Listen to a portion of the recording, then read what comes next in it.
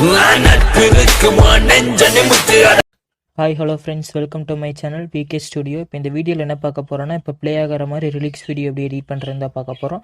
நம்ம சேனல்னு சப்ஸ்கிரைப் பண்ணலாம், சப்ஸ்கிரைப் பண்ணிக்கோங்க. கூட பெல்லைக்கான கிளிக் பண்ணிக்கோங்க. அப்படின்னா தான் நான் போடுற அடுத்த வீடியோ உடனே நோட்டிஃபிகேஷனாக வரும். First power director 2020 version link டிஸ்கிரிப்ஷனில் கொடுத்துருக்கேன், டவுன்லோட் பண்ணிக்கோங்க. இந்த வீடியோ வந்து மீசை முறுக்குலேருந்து எந்த சாங்க்கு வேணாலும் எடிட் பண்ணிக்கலாம். ப்ளஸ் சிம்பிள் கொடுத்து உங்களுக்கு தேவையான ரேஷியோ செலக்ட் பண்ணிக்கோங்க. நான் 16:9 ரேஷியோ செலக்ட் பண்ணிவிட்டேன். செலக்ட் பண்ணதுக்கப்புறம் நான் டிஸ்கிரிப்ஷனில் இதுக்கு தேவையான மெட்டீரியல்ஸ் லிங்க் நான் டிஸ்கிரிப்ஷனில் கொடுத்துருக்கேன், டவுன்லோட் பண்ணிக்கோங்க. டவுன்லோட் பண்ணதுக்கப்புறம் இப்போ ஃபஸ்ட்டு பேக்ரவுண்ட் இமேஜ் வைக்கிறோம். பேக்ரவுண்ட் இமேஜ் வச்சதுக்கப்புறம் உங்களுக்கு தேவையான சாங் வந்து நீங்கள் ஆடியோ டவுன்லோட் பண்ணி வச்சுருப்பீங்க, அதை இன்சர்ட் பண்ணிக்கோங்க. இதுக்கப்புறம் உங்களுக்கு வந்து இந்த சாங் மட்டும்தான் எடிட் பண்ணுமா அப்படின்லாம் இல்லை. மீசை முறுக்குலேருந்து இருக்கிற எல்லா சாங் இதுக்கு யூஸ் பண்ணிங்கனாலும் எல்லாத்துக்கும் கரெக்டாக இருக்கும். சாங் ஃபஸ்ட் நீங்கள் ஆட் பண்ணிக்கோங்க. சாங் ஆட் பண்ணதுக்கப்புறம் சைடில் பார்த்தீங்கன்னா லேயர் சிம்பிள் இருக்கும், அந்த லேயர் சிம்பிளை செலக்ட் பண்ணிக்கோங்க. அந்த இமேஜ் பேக்ரவுண்ட் இமேஜ் வந்து சாங் எவ்வளோ தூரமோ அவ்வளோ தூரம் ட்ராக் பண்ணி இழுத்து விட்டுக்கோங்க.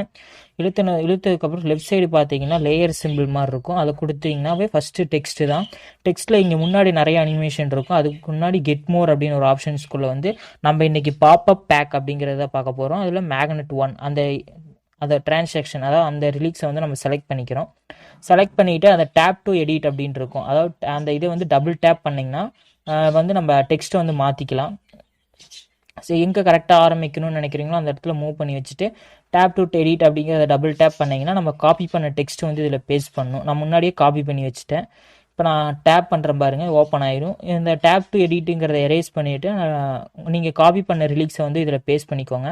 நான் பேஸ்ட் பண்ணிக்கிட்டேன், முன்னாடியே நான் காப்பி பண்ணியிருந்தேன், பேஸ்ட் பண்ணிக்கிறேன்.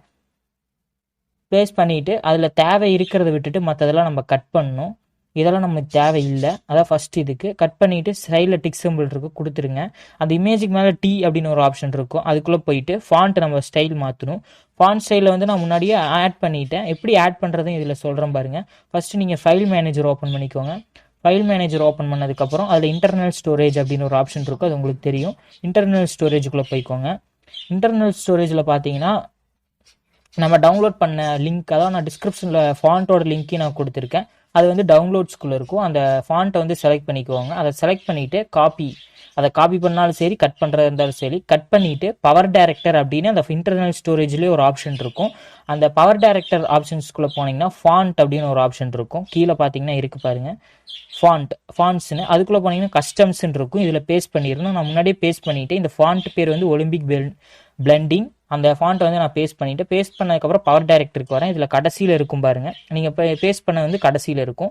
அந்த ஃபாண்ட்டை செலக்ட் பண்ணிவிட்டேன், ஜூம் இன் பண்ணிவிட்டேன். இதில் வந்து ஃபஸ்ட்டு ஸ்டார்ட் பண்ணுற லெட்டர் எப்பயுமே கேப்ஸில் இருக்கிற மாதிரி பார்த்துக்கோங்க, அப்படின்னா தான் பார்க்குறதுக்கு நல்லாயிருக்கும். நான் ஃபஸ்ட் லெட்டர் கேப்ஸ் மாற்றிட்டேன்.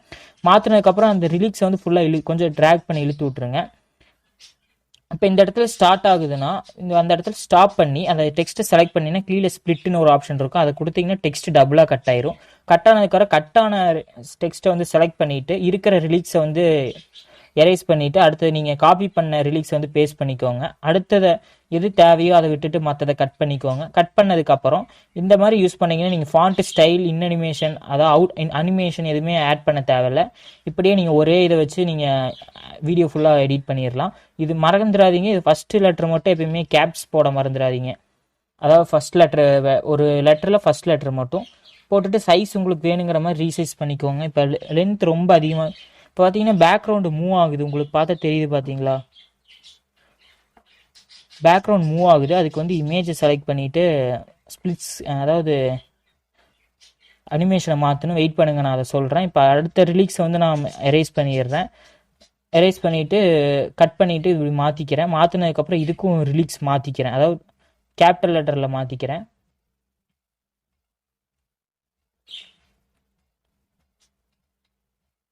கரெக்டாக பார்த்து கட் பண்ணிக்கோங்க ஃபஸ்ட்டு. இப்போ இது ரிலீக்ஸ் வந்து நிறையா போகுது, அப்போ வந்து இந்த இடத்துல கட் பண்ணிவிட்டு அடுத்த இது நான் எரேஸ் பண்ணிக்கிறேன். எரேஸ் பண்ணிவிட்டு காப்பி பண்ணி வச்சுக்கிற டெக்ஸ்ட்டை பேஸ்ட் பண்ணிக்கிறேன், டிக் பண்ணிடுறேன். டிக் பண்ணிவிட்டு இதில் வந்து ஃபஸ்ட் லெட்டர் மட்டும் கேபிட்டலில் மாற்றிக்கிறேன். இந்த மாதிரி மாற்றுங்க, அப்படின்னா தான் பார்க்குறதுக்கு கொஞ்சம் நல்லாயிருக்கும். இது வந்து மீசை முறுக்கு ஒரிஜினல் ஃபாண்ட் இல்லை, இது அதே மாதிரி இருக்கிற ஃபாண்ட், ஆனால் இது யூஸ் பண்ணிங்கன்னா பார்க்குறதுக்கு அதே மாதிரி தான் இருக்கும். அந்த ஃபாண்ட் நான் தேடி பார்த்தேன், அது அவ்வளோக்கா கிடைக்கல. அதனால் இந்த ஃபாண்ட்டே கொஞ்சம் பார்க்குறதுக்கு அந்த மாதிரி இருக்குது அப்படின்னு சொல்லிட்டு இதையே நான் செலக்ட் பண்ணிக்கிட்டேன். செலக்ட் பண்ணக்கப்புறம் இப்போ ப்ளே பண்ணி காமிக்கிறேன் பாருங்கள்.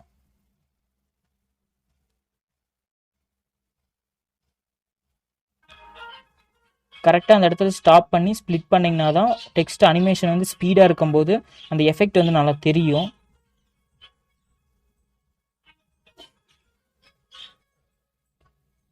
அந்த இமேஜை செலக்ட் பண்ணிவிட்டு பேன் அண்ட் ஜூம் அப்படின்னு ஒரு ஆப்ஷனுக்குள்ளே இருக்கும். அதுக்குள்ளே போய் நோ எஃபெக்ட் அப்படிங்கிறது கொடுத்து ஓகே கொடுத்துட்டிங்கன்னா அந்த பேக்ரவுண்ட் இமேஜ் வந்து நம்மளுக்கு மூவ் ஆகாமல் கிடைக்கும்.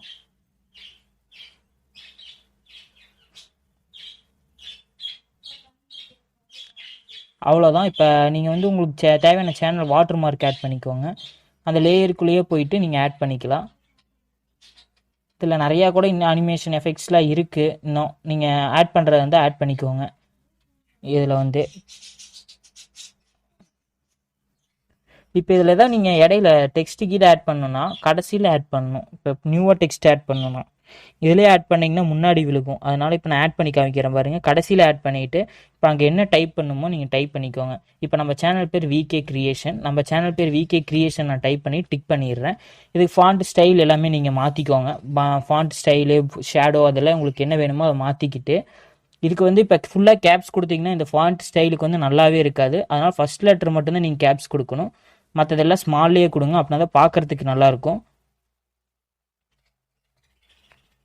இப்போ நான் நம்ம சேனல் ஸ்மால்லேயே கொடுத்து சேவ் பண்ணிக்கிறேன். சேவ் பண்ணதுக்கப்புறம் அந்த சைஸ் ரீசைஸ் பண்ணிக்கிறேன்.